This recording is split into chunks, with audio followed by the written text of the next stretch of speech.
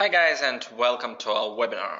Today we are going to discuss the topic of onboarding for new users of business and enterprise accounts.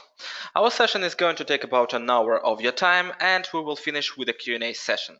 So if any questions emerge during the webinar, feel free to type them into the question box of the webinar interface, and I'll be happy to elaborate on them at the end. I would like to start with introducing myself. My name is Artem and I'm a Customer Success Manager here at Wrike. The main goal of my role is to help you use Wrike in the most efficient way.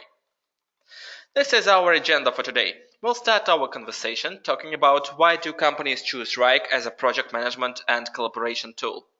Then I will guide you through the fundamentals and explain the essential framework of Wrike. We will create our first folder together and learn how to work with the lists of tasks, how to filter them, how to sort them, how to find the work that is mostly relevant to you. Afterwards, we're going to go on an interesting journey around all of the tasks attributes, and you will learn every single way you can collaborate on a task level. I will also show you how to make requests and make a quick overview of the monitoring tools that are available to you. So let's get started. Why Wrike? Why do companies choose Wrike as a project management and collaboration tool? Mostly this happens because companies have common work management pain points. We all remember situations when some very important project details were lost in a huge chain of emails. And this can be especially irritating if these emails are being sent by the members of the same department or even team. Modern teams tend to use a lot of different tools for communication, including emails, Skype and WhatsApp messages, Slack, and any other tools. So when you need to see the full picture, it might be pretty time-consuming to gather all the pieces from the various tools. When the work is not properly distributed among the members of the team, when it is not assigned, it can lead to stress, because there is no visibility on who is responsible of what part of the work. And finally, we all want to save our time, not to waste it on useless activities such as endless status update meetings, and to provide our team members a chance to perform their actual work and spend all their time on this. All right. So now I would like to kindly ask you to pay some extra attention, because I'm starting to talk about the fundamentals, the essential framework of Wrike. It will be pretty hard for you to understand everything I'll be talking about later unless you have a good understanding of the essential framework. Wrike consists of three main building blocks: folders, projects, and tasks. You can see your folders and projects on the left-hand side navigation panel, and it is easy to distinguish projects from folders because they have these small clipboard icons to the right of their names. If you click on any given folder or project, you will see the list of tasks on the right-hand side panel. Now let's talk about these building blocks in detail. The first building block is a folder. Folder is your main organizer. You can think of it as a bucket that you can use to store other Wrike items, including subfolders, projects, and of course, tasks. If there is an arrow to the left of the folder's name, it means that this folder has descendant items. Click on the arrow and the list is going to be expanded below the folder's name. The second building block of Wrike is a project. You can think of a project as an essence containing many tasks dedicated to a single goal. Each project, if we compare it to folder, has several additional attributes, including owner, start and finish date, and status. So if major part of work needs to be done, and this work can be divided into a number of actionable steps, then you are definitely thinking about a project that you are going to populate with tasks. And finally, we have a task, the main actionable unit in Wrike. Task is a place where things get done. Each task has more than a dozen of different attributes, and as I promised, I'm going to elaborate on these attributes later during today's session. But right now, I would like to highlight three of them. They are the task's assignee, status, and time frame. When the tasks are properly assigned, everyone has a clear understanding of who is responsible for what part of the work. Task's time frame including their start dates and due dates, allow you to easily prioritize your work on the daily basis. And finally, task status. It represents the stage this part of work is currently in. The last thing that I would like to say here before we dive into the demo account is the fact that you can communicate with the members of your team on the level of any item in Wrike. So you can leave messages on a folder, on a project, and of course on the task level. Alright, now I'm jumping in the demo account where I'll be showing you everything I'll be explaining directly in the Wrike's workspace. I'm going to start with the profile settings. To open profile settings, you need to click on your name at the top right hand corner and go to profile settings. Profile settings are divided into two main sections. On the left hand side section, you are able to switch between different tabs of the profile settings. And on the right hand side, you are able to perform any available actions. Let's start with the profile tab. Here, you can start by uploading an avatar. Simply choose a nice photo from your computer and add it to your profile. You can also update some information about yourself, like country, location, department, or mobile phone. If you scroll down, you will find two very important drop-downs, time zone and language. It's important to set up the correct time zone because this particular field is aligned with the time when notifications fall into your mailbox. So if you want them to arrive at the appropriate time, make sure that you set up the correct time zone here. To the right, there is a drop-down that allows you to switch between different languages of the interface. I'd like to highlight the fact that this setting only affects your personal workspace, which means that several users in the very same Wrike account can have interfaces in different languages. You can also change your password here if you like. Now I'm switching to another tab on the left-hand side panel called Email Preferences, and this is the place where you can manage your notifications. You can scroll down and you will find a long list of checkboxes. Simply go through the list and think what types of notifications you do want to receive and which ones do not make sense to you, and uncheck the unnecessary checkboxes. I would recommend that you leave all the checkboxes checked for the first time, and once you understand what notifications you don't want to receive, simply come back here and uncheck them. You can also choose to receive a to-do list at the beginning of each working day, daily digest at the end of the working day, and product reminders. Now I'm switching to the last tab here called Work Schedule. And this is the place where you can mark particular days as non-working days. Let's say I'm going to be on PTO during the next week. So it's going to be 21st of April to the 27th of April. I simply choose the first date and then I choose the time frame. A small drop-down menu opens and here I need to choose the schedule exception. I'm going to go with vacation PTO. As you can see, now the selected dates are grayed out and Wrike will not allow anyone to assign any of the tasks to me that are scheduled for the selected time frame. So this is a good chance to tell everyone that you are not going to be available in the selected dates. Alright, now I'm going back to the workspace and we will learn how to create our first folder. So, before that, a quick story. There was a gentleman named Ivy Lee, and he was a productivity expert. He invented a methodology called My Top 6. According to this methodology, for every working day, you need to choose 6 most important tasks you are going to focus on, and spend the whole day trying to accomplish these tasks. If you did not manage to complete some of the tasks, you simply move the unfinished ones to your next day's top 6 list. I personally find this methodology extremely efficient. So right now, I'm going to show you how you can implement it into your work. So what do we need? Firstly, we will need a folder where we're going to store these 6 most important tasks. I'm going to create that folder inside my demo structure folder. To create a folder inside another folder, you would need to right-click the parent folder, hover over Add, and choose a folder. I'm going to call it My Top 6. Why did I add 1 in the beginning? Well, the reason is pretty simple.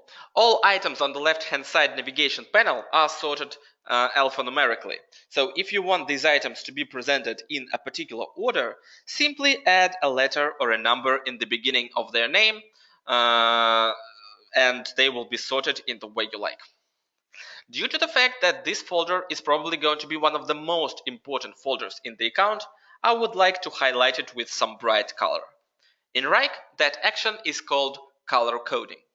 To color code a folder, you need to right-click it, hover over color, and choose the color from the wide range of options available to you. I'm going to go with red. Alright, now it is easily distinguishable from all the other folders in the account. Another good habit is to bookmark all the important folders and projects that you would like to have quick and easy access to. This action in Wrike is called starring, so you star folders and projects. To do that, you need to hover over that folder or a project's name, and you will see the small star icon to the right of its name. Click the icon, and your item will instantly appear in the starred section.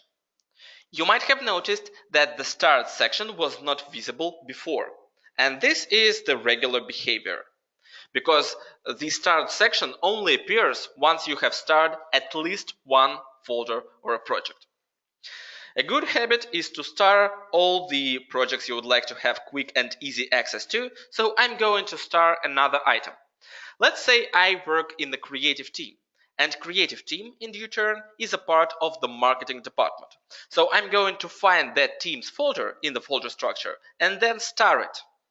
So I expand departments, I expand marketing, and here it is, creative team folder. I star it as well, and now it resides in the starred section next to the My Top 6 folder that we have created with you earlier. No need for me anymore to expand the whole folder structure to get to this folder. It is always available to me at the top of the left-hand side navigation panel. Alright, now you know how to create folders, how to color code them, and how to star them. It is time to learn how to work with the lists of tasks. I choose the marketing department folder, and we can see that there is only one task residing inside. It's called Review IT Article. We're going to talk about this task later, but for now, the question is, we know that there are a lot of descendant items in the marketing department folder. Each subfolder has a lot of projects inside, and each project has a lot of tasks. So the question is there a chance to see not only the task from the folder itself, but also the ones that are residing in the descendant items? And the answer is yes. To see them all, you would need to click the menu button at the top right-hand corner of the folder panel, and here from the drop-down choose the option called Show Tasks from Subfolders. As you can see, now I'm overwhelmed with the huge list of tasks. It actually takes quite a lot of scrolls of a mouse just to get to the very bottom of it. And it might be pretty time-consuming to find the necessary tasks in such a long list. This is exactly the type of situation when filters come handy. Before we start applying any filters, let's decide what exactly do we want to see. Well, firstly, I want to see the tasks that are assigned to me. So I do not need, at least at the moment, the tasks that have other assignees. So the filter that is going to be applied first is filter by assignee. Then I want to see the tasks that are already overdue. So I will put them in the top of my priority list. And finally, I only want to see the tasks that are already in progress. So I will not need to start working on them from scratch. I will be able to finish based on what was already done on the level of that task. Perfect. So we have selected 3 criteria by which we would like to filter this list. So let's start doing that. I click the funnel icon at the top panel above the list of tasks, and the filters panel opens on the right-hand side of the workspace. As I said, the first filter is going to be filter by assignee. I select myself. So now this list is limited to show only my tasks. Filter number 2. As I said, I wanted to see the tasks that are overdue. So I expand the tasks to do category and check the overdue checkbox. And finally, I only want to see the tasks that are in progress. So I choose the corresponding status, and now this list is super short. It only contains 3 tasks. Pretty cool, right?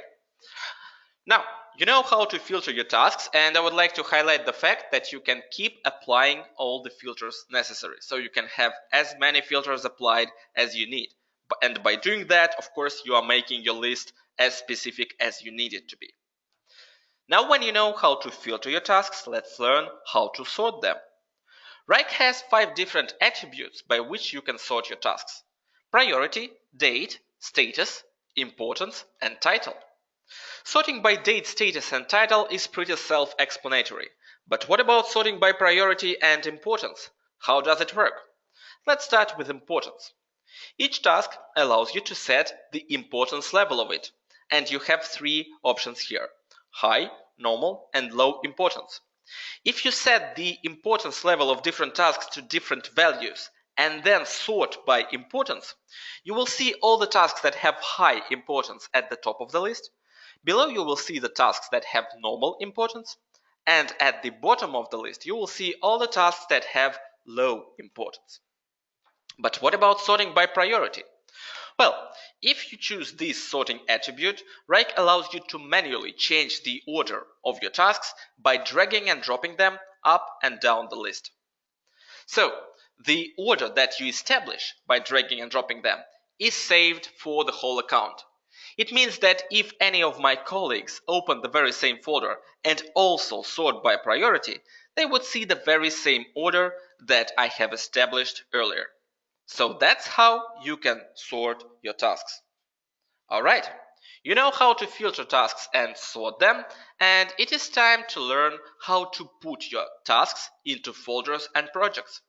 In Wrike, that process is called tagging. So you tag your tasks into folders and projects. There are several ways of how you can tag them into folders and projects, but I have 2 favorites. The first way is simply to drag and drop the folder's name onto the task like this. Another way is to open the task and click the small plus icon below its name. In this panel, you simply need to start typing the name of the folder or project into which you would like to tag your task, and it will instantly appear. You can choose it, and then it will be tagged into that folder or project. Not only can you tag your tasks into folders and projects, but you can also tag your folders and projects into other folders and projects. For example, I might want to choose, let's say, this project called Disney blog post. Let me discard the filters, we do not need them anymore. And let's say I want to visualize that this project we are doing for one of our clients, let's say for Bright Interactive. So I can also tag the whole project into the Bright Interactive folder, and now it resides in 2 places. I guess now you have a question, guys. So what exactly happened to this project? Was it moved into the Bright Interactive folder from the Creative Team folder, or maybe it was duplicated there? Well, the answer to both of these questions is no, because one item in Wrike can live in several places simultaneously. So if you tag a task or a project or a folder into another folder or a project, it will be accessible from 2 places at once. For example, this task called Request Graphics that we have earlier tagged into the My Top 6 folder, it is now a part of 2 items in Wrike. It's part of a project called Disney Blog Post, and it is part of the folder called My Top 6. So that's how tagging works. There is a very important thing related to tagging that is worth highlighting.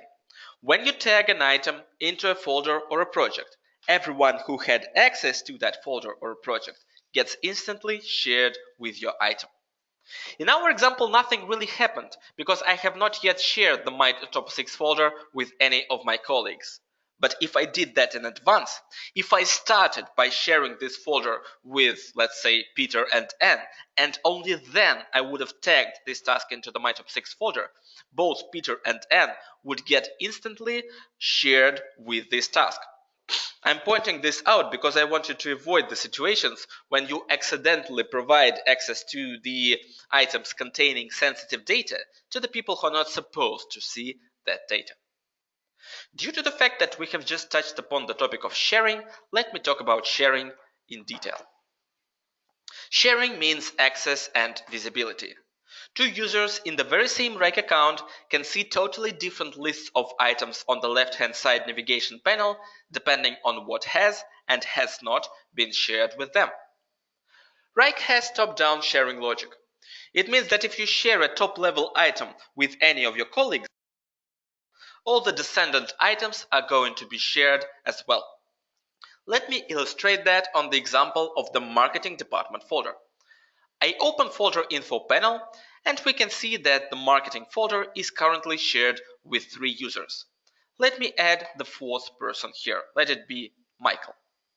I click save, and by doing that, I provide access to Michael to the marketing department folder. What happened on the lower levels? Just give it a second because the folder has a lot of items and Wrike needs to share all of them. All right. Now I open the, let's say, events folder, go to the folder info panel, go to shared with, and again, I can see Michael here. I have not manually shared the events folder with him. He has access because I have shared the top level item, which in our example is the marketing department folder. Now let's jump to the most granular level and open one of the tasks. For example, here. Here is a task called Conduct the Event. I go to Shared With, and once again we can see Michael here. By the way, guys, not only can I see him here, but I'm not able to unshare this task from him because he has access to the top level item. So if you want to provide access only to the granular items, make sure that you do not share the top level folder or project. There is another way of sharing items in Wrike, and it is called @mentioning. You can @mention users and user groups on a folder, project, and the task level. So let's say I've been working on this task for a couple of days, and I understand that I need some help from one of my colleagues, for example, Peter. As you can see, Peter currently does not have access to this task. So I'm going to the comments section, enter the @ symbol, and choose Peter from the list. Now I can leave a message for him. Hey, can you please help me with this task? I click send, and by doing that, I perform 2 actions simultaneously. Firstly, I share this task with him. Now if I go to the shared with section, I can see Peter in the list of users who have access to this task. And secondly, I send a notification containing this message into Peter's inbox. So again, the action that I have just performed is called @mentioning, and it allows you both to share items and communicate with the members of the team at the same time. Alright, now it's time to learn how to work with tasks. I have a very simple example here, and I'm going to use it to describe all the actions that are available to you on the task level. The idea behind this example is pretty simple. Folks from the IT department have written an article on IT security, and they have asked the guys from the marketing team to review that article. So what can you do here on the task level? Firstly, you can change the importance level of the task. I've already talked about this functionality, but again, you are able to choose between 3 different options. You can rename the task if you like. If you want to bookmark the task, you can click the small star icon. If you do that, you will find that task in the starred section, but not here on the left-hand side navigation panel, in a different place that I will be talking about in just a couple of minutes. This button allows you to start following a task. Following a task is different from being shared with a task. If you are shared with a task, you just have access to it. But if you are following a task, you receive notifications about every action happening on the level of that task into your inbox and maybe mailbox, depending on your notification settings. So if there is some very important work going on and you would like to stay on top of everything that happens there, make sure that you click the follow button and start following that item. I'm intentionally saying item, not a task, because not only can you follow tasks, but also you can follow folders and projects. This button allows you to get a permalink to the item. Permalink is a dynamic link that contains the item's current name, and if you get a permalink to the task, it will also contain the task's current status. Let's actually get a permalink to our IT article task and paste it into this task. So I open the IT department folder and here it is, IT security task. The article is relatively small, but still it's something. I'm getting the permalink, I copy it, I go back to our task and paste the permalink into the description. So here it is. And as you can see, it contains the task's current name and status. Information in the permalink is dynamically updated. So if I choose to rename the IT security task or if I change the status of it, information will be updated in the permalink as well. Below the task's name, you can see the list of parent folders and projects. Again, we've already discussed that, but for a quick reminder, you can click the plus icon, start typing the name of the folder into which you would like to tag this task, and it will be a part of that item in addition to the original location. This button allows you to change the status of the task. If you are a member of a new account, you will only have these four statuses available: active, completed, deferred, and cancelled. But your account administrator can create additional custom workflows. Long story short, a custom workflow is a group of statuses that represent a particular business process existing in your organization.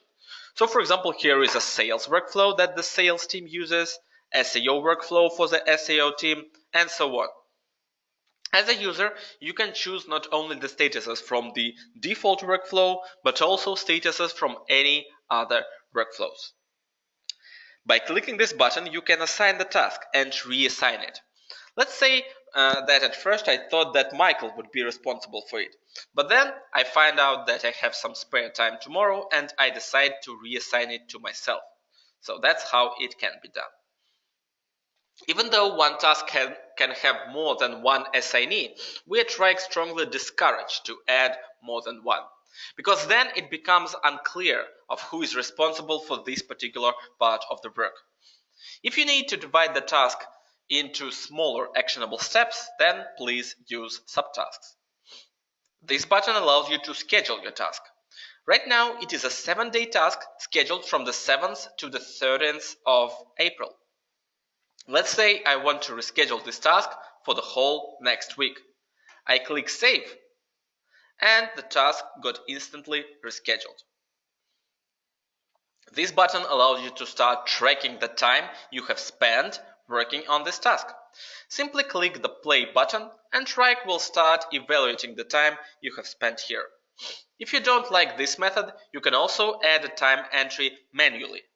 Let's say I have just worked on this task for 2 hours and 35 minutes.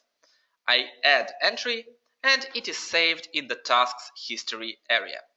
My administrator or any manager can then build a time log report that will show him or her all the time spent on any selected tasks. This button allows you to add subtasks. Sometimes it is a good idea to divide a task into even smaller actionable steps.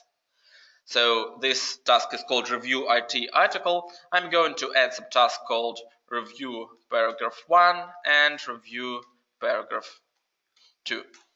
One of the greatest things about subtasks is the fact that they can be assigned and scheduled independently from the parent task. So even though the parent task is assigned to me, the subtask is assigned to Lawrence and it has different time frame. You can attach files to your tasks, and you can do that both from your personal computer and from supported cloud storage solutions as well. This button allows you to add dependencies. You can add dependency to the previous task in the dependency chain and to the next task, but I would recommend doing that on the Gantt chart view. The Gantt chart view allows you to see all the tasks that are part of certain projects in a visualized way and have a good understanding of how these tasks are interconnected with each other. So as you can see, I have a lot of projects residing in the marketing department folder, and they have their respective tasks interconnected with dependencies. So I would do that here. What else? We've already talked about this button, but again, for a quick reminder, you can use it to share your tasks. Let's add another user here, for example, Bob. I click Save, and now Bob has access to this task. Now let's have a look at the description area. Here you can add any checkboxes, lists, numbered and dotted, and of course, you can update your description with new paragraphs of text and modify that text in the way you like. Maybe highlight it with some bright color. Now imagine the following situation. You have been writing some very long text in Wrike. You have written about 10 paragraphs of it, and then one of your colleagues, hopefully not intentionally, does something like this. Do not start getting aggressive at your colleague, because Wrike has a tool that allows you to go back to the previous version of the description and restore the one that you need. This tool is called Revision History Tool. You simply need to click the small clock icon, and with the slider on top, you can go back to the previous version of the description, this one for example, and restore the one that you need. So these are the actions that are available to you on the task level. We have 2 more topics to cover, so I'm moving forward. If you have any questions, I would like to remind you that you can leave them in the question box of the webinar interface. So firstly, requests. You can make requests as the users of the account by clicking the plus icon and going to request option here. Request forms can only be created by account administrators, but you as the users are able to make requests. Let's quickly fill in one of the requests here. For example, employee administrative request. Location, let's say I am in New York right now. Choose type of request. Broken. Then short description. My chair is broken. Or like, no, I will rephrase it to repair a broken chair. Additional comments. Please do that ASAP. Choose your department. Let's say I am in the analytics team and deadline today. I click submit. And what happens next depends entirely on how the request form is set up. Some request forms can trigger the events as simple as creating a new task in the specified folder. And that's exactly what happened here. A new task containing all the answers I have provided was created in the folder called broken. But request forms can be very complicated. They, for example, can trigger the creation of a project from a template, and they can even react to the answer the person who is submitting the form provides. So account administrators can make these forms very complicated and interesting. And the last topic for today, before I start answering your questions, is the monitoring panel. So I would like to highlight just 2 monitoring tools that are available to you, but I would like to elaborate on them. The first tool is called Inbox, and this is the place where all new notifications fall into. If there is a number in the circle to the right of the inbox's name, this number shows you how many unread notifications you currently have. So if any of your colleagues mention you, or if the tasks get assigned to you, you will always receive notifications here into your inbox. You can open your tasks directly from the inbox and start collaborating in them. So no need to jump into the particular folder or a project. Just open the task from here and you can start adding any necessary information and giving the updates. The second section of the inbox is called Send. For me, this section is a real time saver because it stores all the comments and mentions you have left anywhere in Wrike. I always keep forgetting where I have left my comments, especially if I need to remember that on Monday and the comment was left last Thursday. All the comments and mentions are left here, are stored here and sorted chronologically. So it is pretty easy for you to find the necessary comments. The Start section. It stores all the tasks that you have started. So if you remember when we have started the Review IT article task, I told you that there is a specific place where you will be able to see it. And here it is, the Start section of the inbox. So again, if you star folders on projects, look for them in the Start section of the left-hand side navigation panel. But if you star a task, look for it in the Start section of the inbox. Alright, and finally, if you decide to archive any inbox cards by clicking this button, you are able to find all these cards in the archive section. So here they will be stored for 4 weeks and then permanently deleted. And another monitoring tool that I would like to showcase today is the dashboards tool. So each dashboard is a dynamic board that contains specific lists of tasks, and these lists are called widgets. So a good practice is to create a personal dashboard and also to have a dashboard for the whole team. Dashboard is the most flexible monitoring tool because it allows you to showcase the very specific information that you would like to monitor. Let me quickly go through the widgets I have added to my personal dashboard so you will have an understanding what exactly the dashboard can show. My inbox, well, this widget just shows all the tasks that are residing in my inbox folder. So nothing complicated here. To do today this week, well, this widget just shows all the tasks that are assigned to me and that I need to work on either today or this week. Tasks assigned to me and my overdue tasks, well, they also have pretty self-explanatory names. Start tasks. If for any reason you do not like to monitor the tasks that you have started in the Start section of the inbox, you can also add a Start Tasks widget to one of your dashboards and you will see your tasks there. My backlog, another widget that shows all the tasks that are assigned to me, but that I have not yet scheduled. Another good monitoring tool here called Tasks I Follow. So it shows all the tasks, no matter who is the assignee or where they are residing in, that where I have clicked the follow button. Very convenient place to see them all in one place. And finally, a very specific widget called Items and Ends Creative Overdue. So this widget shows all the tasks that reside inside the creative team folder that are assigned either to myself or to N and that are overdue. I'm giving you so many examples here because I want you to understand that you can make your widgets as specific as you want them to be and add any number of widgets to your dashboards.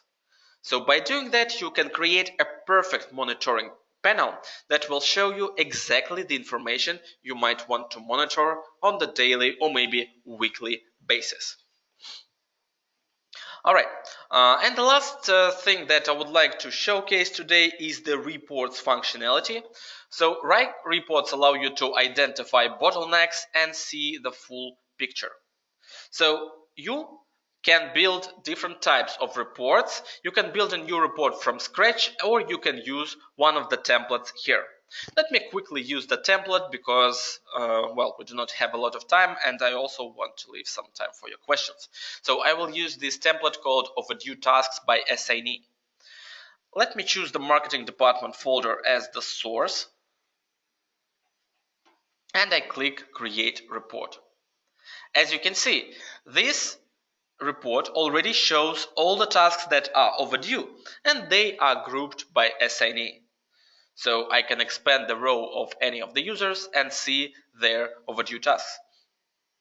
Wrike report allows you to toggle on and off particular columns. For example, I might want to see the importance level of the task and also the start date.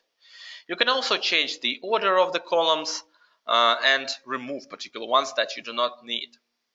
You can also subscribe to the report.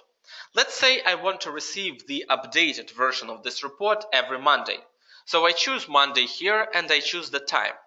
So according to my current settings, if I hit the subscribe button, every Monday at 10 a.m.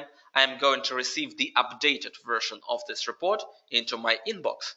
So this is very convenient. Alright guys, that was everything I was planning to share with you today. I know the pace felt a little fast, but as I said in the very beginning, I wanted to showcase a lot of different functionalities so you would be able to start collaborating in Wrike directly after attending this session.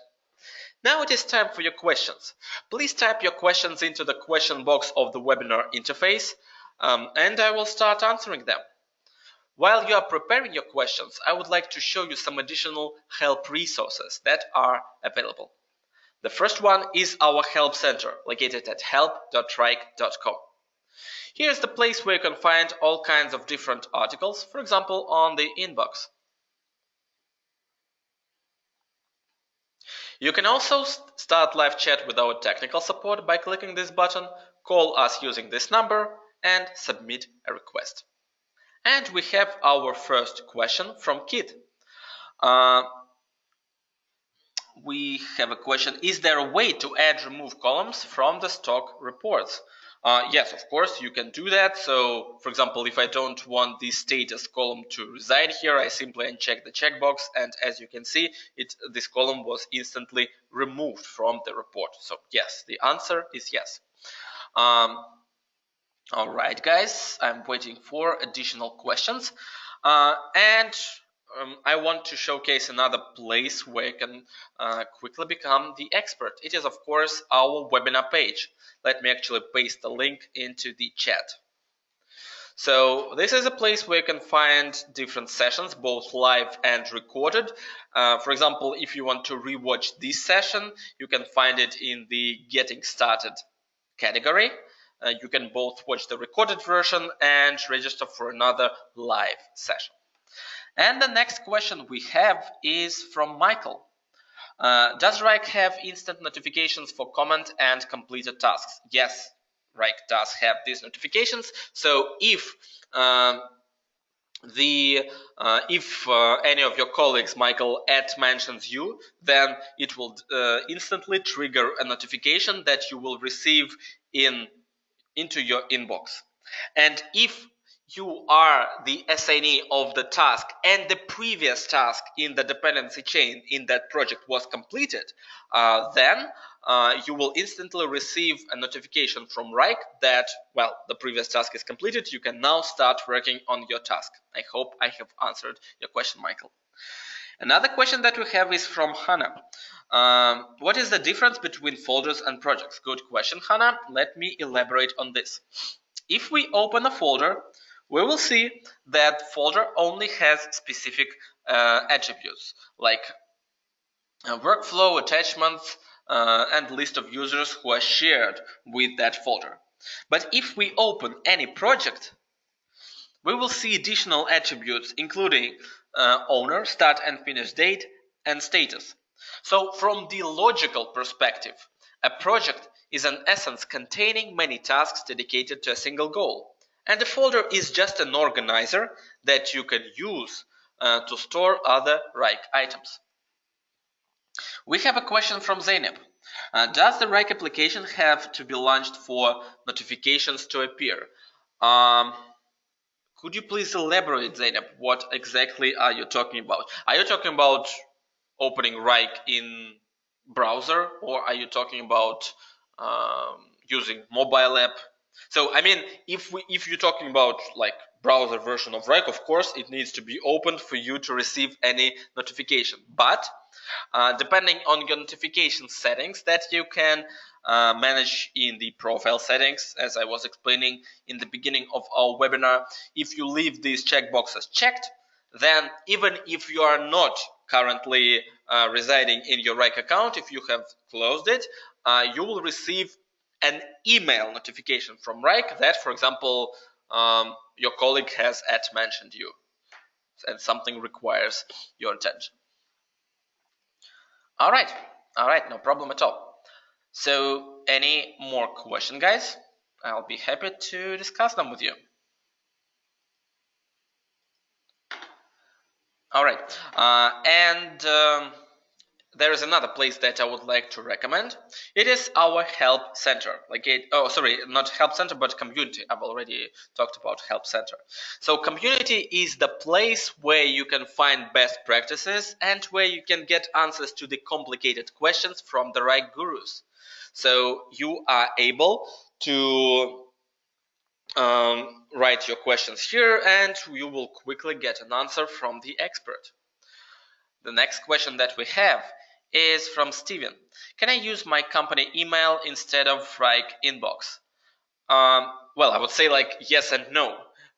Yes, in the means that you can set up your company email in the way so all notifications from Wrike will fall there. And if we talk about inbox notifications, you cannot disable them. So even if you disable all email notifications, you will still receive all the notifications into the Wrike inbox. I hope that answers your question, Steven. We have a question from Jose Philippe. Has Wrike any tool to manage the costs of my projects? Yes, it has. This functionality is called custom fields. And using the custom fields, you are able to track any specific attributes on the task or on the project level. So as you can see, I have added two fields here called planned budget and actual budget. So I can enter the values directly on the task level. So for every task, I can just see what is the actual and what is the planned budget. And in addition to that, in Wrike reports, using the calculated field functionality, not only can I monitor the values in these custom fields, but I can also perform simple mathematical operations. For example, I might want to know the delta between the actual and the planned budget. So I will be able to do that directly in the report without the need to export this table into an Excel spreadsheet and add any formulas there. Okay, I see there are no questions. I hope that's because you understood most of what I was talking about. I would like to thank you so much for attending today's webinar. I hope it was productive use of your time. I would like to give special thanks to Kit, Michael, Hannah, Zeynep, Steven and Jose for their wonderful questions. I'm really looking forward to see you on our other webinars, which you can find on our webinar page, and I wish you the most productive rest of your week. Bye, guys.